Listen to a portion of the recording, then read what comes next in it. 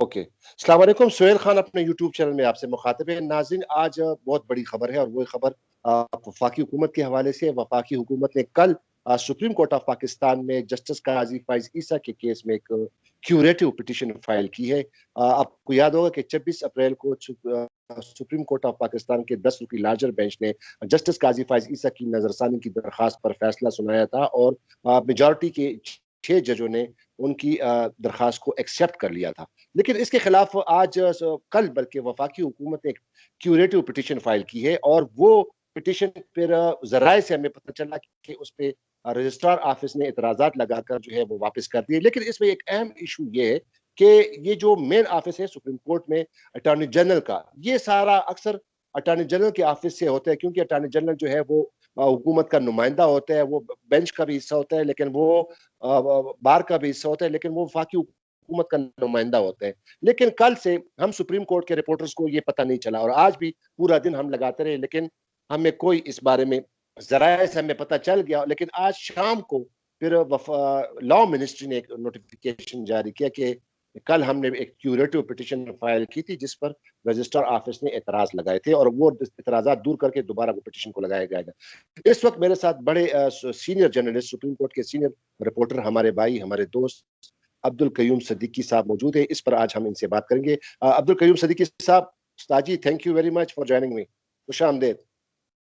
बहुत शुक्रिया सुहेल साहब, आपने हमें इज्जत बख्शी, आपने प्रोग्राम में बुलाया। आपने कयूम सिद्दीकी साहब, खबर तो बहुत बड़ी खबर है, खासकर हमारे लिए तो बहुत बड़ी खबर है कि सारी उम्र हमारी सुप्रीम कोर्ट में गुजर गई, सुप्रीम कोर्ट की रिपोर्टिंग करते, और जब इतनी बड़ी खबर आती है और फिर हमें नहीं बताया जाता तो एक सहाफी पे क्या बीतती है, तो आप खुद मुझसे बेहतर जानते हैं कि ये जो सारा कल से बस हुआ है। लेकिन ये जो है ना, मेरा ख्याल है कि हुकूमत की तरफ से बस अजीबोगरीब किस्म के रवैये चल रहे हैं। अगर जो आपने अपने इंट्रो में बातें बताई कि अटॉर्नी जनरल ऑफिस के जरिए से सारी लिटिगेशन जो है फेडरल गवर्नमेंट की होती है, और इसमें अगर फेडरल गवर्नमेंट की तरफ से अटॉर्नी जनरल भी मम हो, लॉ मिनिस्ट्री भी मम हो, तो फिर हम क्या कहेंगे? हम फिर इसको यही कहेंगे कि जी कोई खुफिया हाइब्रिड जो सिस्टम है उसके अंदर एक खुफिया किस्म की दरखास्त स्वयं, एक होती है ना नजरसानी की दरखास्त, नजरसानी से आगे बढ़े यानी नजरसानी यानी दूसरी नजर, तो ये नजर स्वयं यानी तीसरी नजर। अब ये तीसरी नजर कभी स्वयं हो गया तो हमें पता लगा। मतलब है कि बहुत ही अमेजिंग ये हालात हैं कि असूली तौर पर, कानूनी तौर पर ये होना चाहिए कि सुहेल साहब, आपको पता है कि additional attorney general Aamir Rahman साहब जो हैं, उन्होंने रिव्यू पिटीशन के अंदर जस्टिस काजी फ़ाइज़ ईसा की फेडरल गवर्नमेंट को रिप्रेजेंट किया था, जिसमें प्राइम मिनिस्टर, प्रेसिडेंट और फेडरल गवर्नमेंट थी, ठीक है। और जो फरूक नसीम साहब और जो दूसरे लोग थे, बैरिस्टर शहजाद अकबर मिर्जा, और ये इनका सुहेल अहमद साहब के जरिए से जवाब दाखिल हुआ था, इफ यू रिमेंबर दैट। उनकी हाजिरी उनकी तरफ से लगी थी, सुहेल महमूद साहब। तो अब अगर कोई वो करना भी है तो अब ये मुझे समझ नहीं आता, क्यूरेटिव पिटीशन जो है, क्यूरेटिव रिव्यू पिटीशन की पहले तो जो है यहाँ पे टर्म आपको भी पता है कि ये इंडियन जुरिस्डिक्शन या इंडियन जो ये मैं बता दूं है वहां से मस्तार है। ये जरा मैं बता दूं नाज़रीन को ये बता दूं जरा मैं कि ये आमतौर पर तो नाज़रीन यही होता है कि हाई कोर्ट में, सुप्रीम कोर्ट में जो भी कोई केस दायर होता है और उसका जब फैसला आ जाता है तो उस पर फिर नजरसानी की दरखास्त दायर होती है, जिसे हम रिव्यू पिटीशन कहते हैं। और रिव्यू पिटीशन भी अगर खारिज हो जाए तो उसके खिलाफ एक लफ्ज है, जिस तरह कयूम सिद्दीकी साहब ने बताया, मैंने ये देखा भी इंडियन कॉन्स्टिट्यूशन में बड़ा खूबसूरत तरीके से उसमें लिखा गया कि क्यूरेटिव पिटीशन उसको कहते हैं कि जब आपकी मेन पिटीशन या आपकी जजमेंट कोई आ जाए या उस पर रिव्यू पिटीशन नजरसानी की दरखास्त भी आ जाए, तो उसके बाद में फिर एक क्यूरेटिव पिटीशन फाइल होती है जो नजरसानी की दरखास्त की तशरीह के लिए, इंटरप्रिटेशन के लिए वो दायर होती है। और या इसमें आम फहम में हम ये कहा जा सकता है कि जो मुतासरा फरीक होता है वो फिर ये कोशिश करता है कि हो सकता है कि मेरी मेन केस भी खारिज हो गया, रिव्यू पिटीशन भी खारिज हो गई, तो वो फिर उसमें वो थोड़ा रेमेडी चाहता है, रिलीफ चाहता है और वो क्यूरेटिव पिटीशन फाइल करता है। तो कल हुकूमत ने ये क्यूरेटिव पिटीशन फाइल की है। जो रजिस्ट्रार ऑफिस ने इतराज लगाकर वापस कर दिया। जिस तरह जी कयूम सदीकी साहब आप कंटिन्यू करें। फॉर इंटरप्शन सर, जरा मैंने कहा अब नाज़रीन इसमें जो है ये जाहिर है कि ये एक बहुत बड़ी और लीगल बहस है, बहुत सारी चीजें हैं इसके अंदर कि कब ये 1966 के अंदर ये चीज हुई कि भी अगर फाइनल हो जाता है गलत फैक्ट्स की बुनियाद के ऊपर कोई जजमेंट और बाद में पता लगता है कि ये चीजें तो गलत थी, तो फिर उसको हम दुरुस्त या सही कैसे कर सकें। फिर उसमें जो है मुख्तलिफ तरीक़ाकार आए, जिसमें आपको पता है कि पर इंक्यूरियम वाला कि भी आया ये जजमेंट जो है वो ये पर इंक्यूरियम है। फिर रिविजिट करना, मतलब मुख्तलिफ किसी और केस के अंदर जजमेंट्स को रिविजिट करना। जैसे 31 जुलाई की जो जजमेंट है जिसमें जनरल परवेज मुशर्रफ के 3 नवंबर के इकदाम जो हैं उनको अनकॉन्स्टिट्यूशनल डिक्लेयर किया गया है। उसी केस के अंदर फिर आसमा जिलानी केस, ये दूसरे तीसरे जो मार्शल लॉ को जायज करार देने वाले केस थे उनको रिविजिट कर लिया गया। मतलब कि वो जो लॉ या जूरिस्प्रूडेंस उस में हुआ था उसको रिविजिट करके करेक्ट कर लिया गया एक और केस के अंदर। जुल्फिकार अली भुट्टो वाले केस में भी था, जरदारी की पीपल्स पार्टी की हुकूमत में, वो भी रिविजिट किया गया था वो तो जुल्फिकार अली भुट्टो 186 का में केस। प्रेसिडेंशियल रेफरेंस है, वो सुप्रीम कोर्ट के अंदर एक तवील अरसे से पड़ा, उसके ऊपर तो पता नहीं क्यों उसके ऊपर वो नहीं होना चाह रहा, हाँ, ऑल्दो वो के सारी दुनिया के अंदर उसको, इंतवा है। हाँ मतलब कि अब तो आपने देखा कि पनामा केस जो है उसके हवाले से भी हमारे जजेस जो है ना कुछ सेंसिटिव होते हैं। जब पनामा की बात होती है कहेंगे नहीं नहीं नहीं ये आप ना कोट करें, आप साइट ना करें, आप दूसरी जजमेंट करें। आप भी इन सारे एक्सपीरियंसेस से कम क्रॉस हो चुके हुए। तो इसी तरह भुट्टो का जो है वो अदालती कत्ल, सारी दुनिया कहती है कि जी ये अदालती जुडिशियल मर्डर है, वो जो जजमेंट है वो कोर्ट्स या साइट नहीं हो सकती है। लेकिन कुछ मामलात में वो साइट हुई है, जैसे कि बेंचेस की है, काजी फाइसा की जो रिव्यू पिटीशन थी उसमें पहले 7 रुकनी बेंच बना, फिर 7 के बाद जो है वो 6 रुकनी हो गया, फिर उसकी बेंच का जजमेंट आई और फिर 10 मेंबर बेंच के भी जितने जज साहबान है उतने ही सुनेंगे। और उसमें फिर जुल्फिकार अली भुट्टो का केस के अंदर जो कॉन्स्टिट्यूशन ऑफ बेंच के हवाले से जो चीजें थी वो उसमें शामिल की गई। तो ये जो तरीकाकार है इस पे सुहेल साहब, अगर आपने देखा हो हमारा परसों तरसों हमने वीलॉग किया था, मैं, हसनात और नासिर इकबाल साहब, तो हमारी जो सोर्सेज थे वो ये कह रहे थे, बड़े टॉप के जो लीगल सोर्सेज हैं, हुकूमती जो कानूनी दिमाग है उनसे हमारी बात हुई थी और वो कह रहे थे कि हुकूमत की तरफ से फरोग नसीम साहब कुछ ना कुछ कर रहे हैं ये काजी फाइसा के केस के अंदर के क्या हो सकता है, क्योंकि ये बात हजम नहीं हुई है कहीं। जबकि अटॉर्नी जनरल ऑफिस की तरफ से ये भी हमारे सोर्सेज जो हैं वो क्लेम करते हैं कि अटॉर्नी जनरल ने हुकूमत को ये कहा था कि रिव्यू खारिज हो चुका है, अब ये इस बात को अदलिया के हवाले से हुकूमत को चाहिए कि बंद कर दे और आगे बढ़े। अब इस मामले को मजीद ना बढ़ाया जाए, इससे कशीदगी में ज्यादा जो है वो चांसेस हो सकते हैं। तो मतलब, लेकिन जो टॉप माइंड हैं वो कहते हैं कि इस बात को वजारत कानून में जो है फरोग नसीम साहब ने दरखोर इतना नहीं किया। अब यही वो सारी चीज है, मेरा ख्याल है कि ये वो रिफ्ट है जो वजारत कानून और अटॉर्नी जनरल ऑफिस के अंदर हमें नजर आती है कि अटॉर्नी जनरल ऑफिस की इसीलिए ओपिनियन जो है वो कुछ और है। यहाँ पे थोड़ा रुक जाए।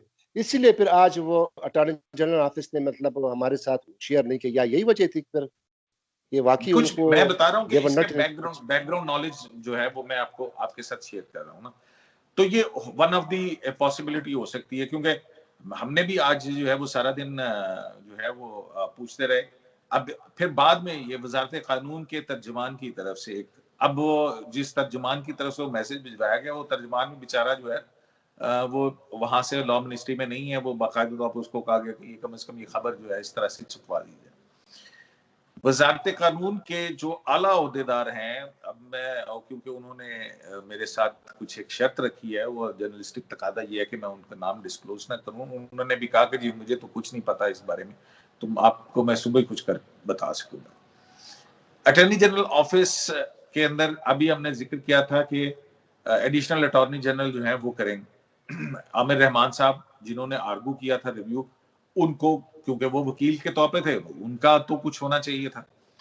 अब ये जो क्यूरेटिव है 184 अब सुना है हमने, देखें ना वो पिटीशन आपने देखी है ना मैंने देखी है, ना अटॉर्नी जनरल ऑफिस उस पर कुछ रिस्पॉन्ड कर रहे हैं, ना वजारत कानून कर रही है। अब ये कौन थे? ये अगर जिम्मेदार हुकूमती नहीं थे तो फिर कौन वजीर आजम और सदर की तरफ से जो है वो पिटीशन खुफिया तौर पर दाखिल करके चला गया, और फिर बाद में मैनेज किया जा रहा है कि एक लॉ मिनिस्टर के लॉ जो वजारत कानून है उसके स्पोक्समैन के जरिए से एक ये कि बेनन जी का हमने कल दाखिल की थी, उसमें एतराज लग गया है, और ये क्यूरेटिव पिटीशन, रिव्यू पिटीशन थी, और इसके बाद जो है ना वो इतराजात की, अब क्या इतराजात लगे हैं उस पिटीशन के अंदर, क्या कहा गया था, ये सब कुछ सिर्फ सोर्सेज से चल रहा है। ना आपने पिटीशन देखी है ना मैंने पिटीशन देखी है। तो ये एक बहुत ही अजीब और मजे का खेस किस्म की सी सूरत हाल है कि ये कुछ गेज किया जा रहा है कि क्या सेंटिमेंट्स हैं, क्या मैं यही कह रहा हूँ ना कि कम से कम देखे ना, हम तकरीबन 18-20 साल से, मैं खुद अपनी बात करूंगा, आप शायद बहुत पहले कर रहे होंगे, 18-20 साल से तो मैं सुप्रीम कोर्ट की रिपोर्टिंग कर रहा हूँ। ये हमारे लिए, मैं अपने बिहाफ पे कहता हूँ कि मेरे लिए एक बड़ी एम्बेरसमेंट है कि यार कम से कम हमें पता तो चले। ऑफिस से राब्ता किया होगा, क्या कहा उन्होंने आपको? अटॉर्नी जनरल के ऑफिस से मैंने राब्ता किया, बड़े राब्ता किया मैंने। तो खबर मिस होगी ना। नहीं, मैं इस पर्सपेक्टिव में नहीं कर रहा हूँ, मैं इसमें कह रहा हूँ कि देखिए ना, अब हम इस पे ये प्रोग्राम भी कर रहे हैं, और कम से कम हमारे सामने वो पिटीशन होनी चाहिए ताकि हम उस पर देखें, एनालाइज करें। हम सुप्रीम कोर्ट के रिपोर्टर्स हैं, हमने स्टोरी देनी होती है, तो कम से कम हम at least we should know how कि इसमें क्या है, क्या नहीं है, क्या कानूनी नुकात उठाए गए हैं, क्या वो जस्टिफिकेशन दी है कि इसको सुना जाए। कोर्ट के अंदर जब आपने दाखिल कर दी पिटीशन, तो फिर उसके बाद ये पब्लिक रिकॉर्ड है, जो कि ऑन हर चीज ओपन रिकॉर्ड है। ये कोई खुफिया चीज नहीं है। पिटीशन तैयारी से पहले तो खुफिया रख सकते हैं कि ठीक है, लीगल पॉइंट्स है, पता नहीं क्या कुछ उसके अंदर नई चीजें आ रही हैं, लेकिन once it filed in the court then it's a public record. तो पब्लिक रिकॉर्ड तो कोई भी चेक कर सकता है। अब ये पिटीशन गायब है। अब ये मजे की बात ये है कि खुफिया तौर पर पिटीशन दायर हुई, और फिर खुफिया तौर पर दायर पिटीशन गायब है। उसके कुछ वो जो है ना टोटे जो है वो चल रहे हैं मुख्तलिफ चैनल्स की तरफ से, और फिर हम और आप जो है ना भागते चले जा रहे हैं। ना अटॉर्नी जनरल ऑफिस कुछ कह रहा है, ना वजारत कानून कुछ कह रही है। मतलब है कि एक अजीब से अनसर्टेनिटी है। लगता है कोई खुफिया वाले आए थे, वो खुफिया तौर पर दाखिल की, खुफिया तौर पर ले ली, खुफिया तौर पर चले गए, उसके बाद एक छोटा सा मैसेज दे दिया कि जी हमने ये किया। इट्स ऑल, मतलब कि इट्स ऑल जोक्स। ये जो चलो आपने कह दिया ना कि खुफिया किया, और फिर ये अगर ये मैं नाज़रीन के साथ ये मैं स्क्रीन पर नहीं दे सका, लेकिन मैं ये कम, जब लॉ मिनिस्टर की जानिब से ये प्रेस रिलीज जारी कर दी गई है, तो जब आपने जिस तरह पहले कहा कि जब once anything is filed in the court it's a public property, ये पब्लिक हो जाता है, ठीक है ना, ये फिर ढकी छुपी बात नहीं होती। और फिर ये, लेकिन जब आप लॉ मिनिस्ट्री आप अनाउंसमेंट कर रहे हो, प्रेस रिलीज जारी करते हो, तो उसके साथ तो कम से कम फिर पिटीशन रिलीज कर दो ना। जब आपने ये कह दिया, ठीक है ना, इस पे फिर शर्माने वाली क्या बात है। और मैं नाजरीन से जरा शेयर कर दूं, स्क्रीन पे मैं नहीं दिखाता, ये नाजरीन, ये लिखा है government of Pakistan, ministry of law and justice, press release Islamabad 26 मई 2021। ये सुने नाजरीन, against the order of the majority review petition of Justice Qazi Faizi and others dated 26 April 2021, the Federation of Pakistan on 25th of May preferred a curative review petition on which certain objections were raised by the office of the Supreme Court. After addressing the office objection, the matter shall be refiled in the course of time, in due course of time, in accordance with law. Spokesperson law division. ये नाज़रीन, ये आज law ministry की तरफ से एक छोटा सा एक प्रेस रिलीज जारी हुआ है। तो जिस तरह मैं और अब्दुल कयूम सदीकी साहब कह रहे हैं कि जब पब्लिक हो गया डॉक्यूमेंट्स, जब आपने जब सुप्रीम कोर्ट में जमा करा दिया, तो फिर ये तो ढकी छुपी बात नहीं। और जब आप प्रेस रिलीज जारी करते हैं तो फिर कम से कम उसको वो पिटीशन, फिर वो दरखास्त फिर जारी कर दें कम से कम, ताकि हम अपने अवाम को, अपने नाजरीन को बता सकें। ये तो ऐड कर सकते थे कि उस पिटीशन के अंदर किस बुनियाद के ऊपर, कौन सी जुरिस्डिक्शन के अंदर क्या रिलीफ सीख किया गया, कम से कम यही भी बता देते। एग्जैक्टली यही मैं कहना चाह रहा हूं। तो कयूम सदीकी साहब, आपसे ये तो चलो बात हो गई, दे रहा है, दुरुस्त है, लेकिन अब थोड़ा सा अपना माहिराना राय बताएं जनाब कि लेट्स सपोज एतराज़ात दूर हो गए और ये लग गई, ठीक है ना, तो आपके ख्याल में, वैसे हम चलो एज्यूम कर लेते हैं, देखें क्या बात यह है कि ऐसी ये बड़ा ही सब्सटेंशियल, सुहेल साहब बड़ा ही हाइपोथेटिकल सा क्वेश्चन है यार। मतलब है कि ये तो वो वाली बात है, मगज को बाग में जाने ना दीजिए कि नाखून परवाने का होगा। कि अगर मक्खी जाएगी बाग में, फूल का रस चूसेगी, उससे फिर वो रस निकालेगी, फिर उससे शहद बनेगा, शहद से मोम बनेगा, मोम से मोमबत्ती बनेगी, मोमबत्ती से जो है ना वो फिर जब रोशन होगी तो फिर कहीं से परवाना आएगा तो वो जल जाएगा। नहीं, मगज को बाग में जाने ना दीजिए कि नाखून परवाने का होगा। अब कुछ हो तो मतलब मैं मेरे आपके पास एनालाइज करने के लिए कुछ तो हो, किसी कोई चीज, कोई सॉलिड चीज तो हो कि किस कौन सी जुरिस्डिक्शन में 187 में जा रहे हैं, 184(3) में जा रहे हैं। जो सुना जा रहा है कि जी 184(3) के अंदर के सुओ मोटो इख्तियार करके करेक्ट, मतलब रिव्यू के बाद 184(3) के अंदर फिर आप उस मकसद को अलाइव रखने के, ये कुछ और है। ये मेरा नहीं ख्याल है कि ये कहानी कुछ और है, कहीं से कुछ और किया जा रहा है। और अभी तो डिटेल जजमेंट भी नहीं आई, अभी तो डिटेल रीजनिंग भी नहीं आई। डिटेल जजमेंट में आपको खबर दे रहा हूँ, डिटेल जजमेंट अभी है, उसमें टाइम अभी वो नहीं आ रही, अभी मैं वही तो नेक्स्ट आपसे वीक कह रहा हूँ ना कि अभी डिटेल रीजनिंग भी नहीं आई। चलें, आपने वो डाली है, अब ये रिव्यू अब सुप्रीम कोर्ट में देखें ना, आप 184(3) के अंदर रिव्यू पिटीशन दाखिल करते हैं। काजी फाइसा ने रेफरेंस को 184(3) के अंदर चैलेंज किया। सुप्रीम कोर्ट ने 184(3) की जुरिस्डिक्शन के अंदर 19 जून वाला जजमेंट दी कि एफबीआर को मामला भिजवाने वाली अक्सरियती राय से। उसके ऊपर 184(3) में ही रिव्यू जुरिस्डिक्शन जो है वो इन्वोक की जस्टिस काजी फाइसा ने, ठीक है। उसके अंदर फिर रिव्यू उनका एक्सेप्ट हुआ, उनका तो नहीं, मिसेस रीना ईसा का और बाकी में। तो उसके एक सर्टेन जुरिस्डिक्शन के अंदर सुप्रीम कोर्ट काम करती है ना, या इनहेरेंट जुरिस्डिक्शन है। 187 की एक इनहेरेंट जुरिस्डिक्शन है, लेकिन उसमें भी जो हमारी बात हुई है मुख्तलिफ कानूनी माहिरीन से, उनका कहना है कि इसका जो स्कोप है वो रिव्यू जुरिस्डिक्शन से भी लिमिटेड स्कोप है। यानी कि एक बहुत ही बड़ी, कोई इतनी बड़ी ब्लेटेंट जो है ना कोई गलती हो गई कि जो ऐसी है कि जिससे सारा इंसाफ का निजाम धड़ाम से गुजर जाए। तो ऐसी कोई चीज आपके सामने मौजूद है? हमारे सामने तो मौजूद ही नहीं है।